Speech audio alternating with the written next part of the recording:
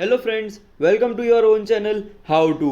आज हम आपको बताएंगे कि कैसे आप आपके खुद का बेकरी का बिजनेस स्टार्ट कर सकते हैं, जिसमें आपको किस टाइप की बिजनेस रिसर्च की ज़रूरत पड़ेगी, कौन कौन सी कैटेगरीज मतलब कि कौन कौन से बेकरी प्रोडक्ट्स आप रख सकते हो, कितना इन्वेस्टमेंट लगेगा, कौन कौन से टारगेटेड कस्टमर्स होंगे, कितने एरिया और मैन पावर के साथ आप इस बिज़नेस को स्टार्ट और एस्टेब्लिश कर सकते हो, कौन कौन से लाइसेंसेस की आपको अप्रूवल की ज़रूरत पड़ेगी, क्या प्रॉफिटेबिलिटी है, क्या मार्केटिंग स्ट्रेटेजीज यूज़ करें इस बिज़नेस में ताकि आप इसको ग्रो कर सको। तो इन सारी चीज़ों की जानकारी हम इस वीडियो में इन डेप्थ आपको देने वाले हैं, तो वीडियो को एंड तक ज़रूर देखिएगा। और अगर अभी तक आपने हमारे चैनल को सब्सक्राइब नहीं किया हो तो सब्सक्राइब ज़रूर कर दीजिएगा and hit the bell icon. सबसे पहले जान लेते हैं बिजनेस रिसर्च के बारे में। तो इस बिजनेस को लेके आपको इस में जो भी आप प्रोडक्ट्स मतलब कि जो भी डिफरेंट कैटेगरीज में आप डील करने वाले हो उसकी डिमांड और सप्लाई का ध्यान रखना होगा।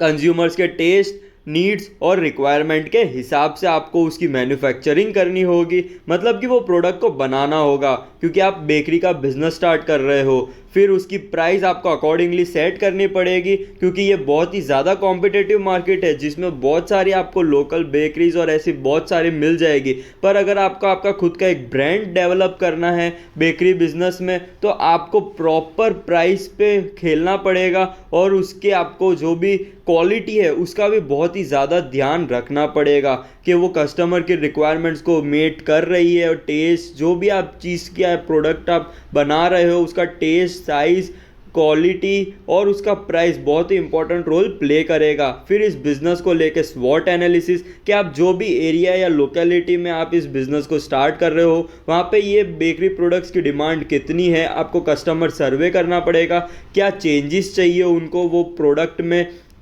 या जो भी चीज़ आप जो बना रहे हो उसके अंदर क्या वेरिएंट्स आप ला सकते हो, उसमें अलग अलग फ्लेवर्स के साथ है या अलग अलग टाइप, डिज़ाइन या कुछ भी शेप्स के हिसाब से भी वो बहुत ही ज़्यादा इम्पैक्टफुल होगा आपके इस बिज़नेस की ग्रोथ पे।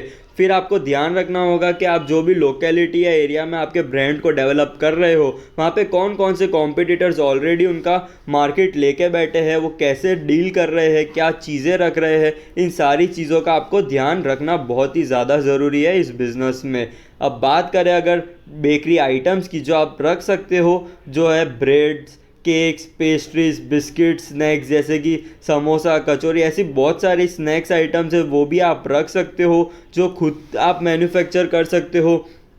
और इसी हिसाब से आपकी जो बेकरी का ब्रांड है उसको डेवलप कर सकते हो। स्पेसिफिकली कोई भी स्पेशलिटी मतलब कि कोई भी ऐसी आइटम्स आप पकड़ सकते हो जिसमें आप बहुत ही ज़्यादा स्पेशल हो या आपके अलावा कोई भी वैसी टेस्ट या वैसी चीज़ नहीं बना सके, उसमें आपको डील करना पड़ेगा। और ऐसी बहुत सारी आइटम्स में आपको बहुत ही अच्छा करना पड़ेगा, तभी आप एक बेकरी ब्रांड बन सकते हो। अब अगर बात करें रॉ मटेरियल्स की तो आपके जो भी प्रोडक्ट्स होंगे उस हिसाब से रॉ मटेरियल्स डिफ़र करेंगे। जो बहुत ही बेसिक रॉ मटेरियल्स है वो है floor, salt, oil, sugar, soda powder, milk और जो भी अदर मटेरियल, जैसा कि मैंने पहले बोला कि किस टाइप का आप मटेरियल या प्रोडक्ट बना रहे हो उस हिसाब से रॉ मटेरियल्स डिफ़र करने वाले हैं। बात करें मशीनरी की तो डो मेकिंग मशीन और मिक्सिंग मशीन, ओवन्स और जो भी अदर टूल्स एंड इक्विपमेंट्स आपको रिक्वायर होंगे इस बिज़नेस को लेके उसकी ज़रूरत पड़ेगी। अब बात करते हैं इन्वेस्टमेंट की। तो इस बिज़नेस में आप 3.5 से 8 लाख का मिनिमम इन्वेस्टमेंट करके इस बिज़नेस को स्टार्ट और एस्टेब्लिश कर सकते हो, जो टोटली डिपेंड करेगा कि आप कितने एरिया में इस बिज़नेस को स्टार्ट करना चाहते हो, कितनी कैटेगरीज स्टार्ट करना चाहते हो, किस में आपकी स्पेशलिटी होगी, किस बिजनेस मॉडल पे आप इसको स्टार्ट करने वाले हो। तो इस हिसाब से आपका जो इन्वेस्टमेंट है वो टोटली इंक्रीज या डिक्रीज कर सकता है। जो हमने इन्वेस्टमेंट बताया है उसके अंदर लाइसेंस कॉस्ट, कुछ टाइम का वर्किंग कैपिटल और सैलरीज का payment, machinery cost, raw material cost और जो भी अदर एक्सपेंसेस हो गए आपके, इंश्योरेंस या कोई भी अदर और फर्नीचर है या फिक्चर्स है उसका, तो हमने ये सारी चीज़ें भी इंक्लूड कर दी है। बात करें अगर टारगेटेड कस्टमर्स की तो यहाँ पे आप direct restaurants, local market, contractual basis, online जैसे कई तरह से आप इसमें कर सकते हो। और नॉर्मल आपका जो काउंटर होगा वहाँ से तो आपकी सेल्स होने ही वाली है। तो ये सारे आपके टारगेटेड कस्टमर्स होंगे। और जब आप नया आपका ये ओपन करें तब आपको मार्केटिंग स्ट्रेटेजीज आपको यूज़ करनी पड़ेगी जिससे आपका ये बिज़नेस ग्रो और प्रमोट होगा, क्योंकि ये बहुत ही ज़्यादा कॉम्पिटिटिव मार्केट है जिसमें बिना मार्केटिंग स्ट्रेटेजी के आप ग्रो नहीं कर सकते हो। तो इसके लिए आपको पब्लिसिटी है, एडवर्टाइजमेंट है, digital marketing, television marketing, in person, direct और ईमेल मार्केटिंग जैसी स्ट्रेटेजीज का यूज़ करना ही पड़ेगा।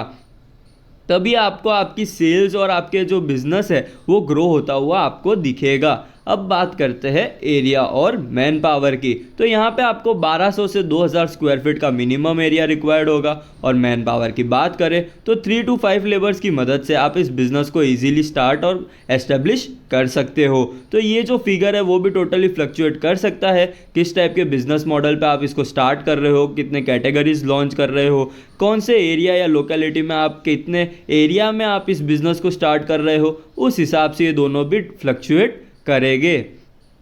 बात करें लाइसेंसेस की तो यहाँ पे आपको registration of business, NOC letter, FSSAI certification, trademark, GST number, electricity licence और जो भी अदर डॉक्यूमेंटेशन होंगे उसकी भी आपको ज़रूरत पड़ेगी। इन सब के अप्रूवल के बाद ही आप इस बिज़नेस को स्टार्ट कर सकते हो। अब आती है बहुत ही इंपॉर्टेंट चीज़ जो है प्रॉफिट रिटर्न। तो इस बिज़नेस से आपको 30 to 60% तक का रिटर्न मिल सकता है, जो वेरी करेगा आपके अलग अलग कैटेगरीज पे और अलग अलग मैन्युफैक्चरिंग स्टाइल्स के ऊपर के कितनी सेल्स हो रही है, क्या मशीनरी कॉस्ट है, क्या रॉ मटेरियल कॉस्ट है, और अगर सेल्स नहीं हो रही है मेंटेनेंस आपका कितना है, जो भी आपका शॉप है या आप जितने भी एम्प्लॉयज़ रख रहे हो उनकी सैलरी का पेमेंट। तो बहुत सारे फैक्टर्स है जिससे आपका प्रॉफिट रिटर्न फ्लक्चुएट कर सकता है। तो इस बिज़नेस को सक्सेसफुल बनाने के लिए आपको सबसे पहले तो मार्केटिंग स्ट्रेटेजीज यूज़ करनी पड़ेगी, कुछ स्पेशलिटी आइटम्स में आपको डील करना पड़ेगा और ऐसी आइटम्स लॉन्च करनी पड़ेगी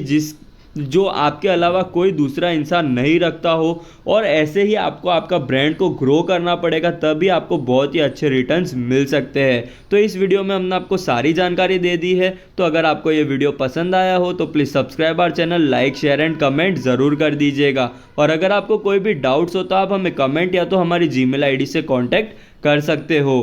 थैंक यू।